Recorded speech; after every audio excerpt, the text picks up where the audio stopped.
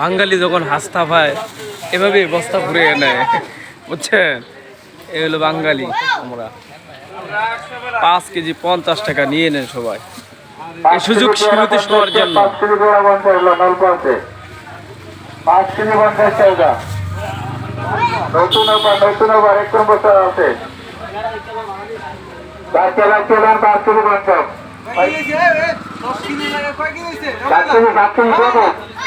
দে 10 KG দিয়ে দে বেটা, 5 KG কোনো কথা নাই, 10 কেজি 10 কেজি 10 কেজি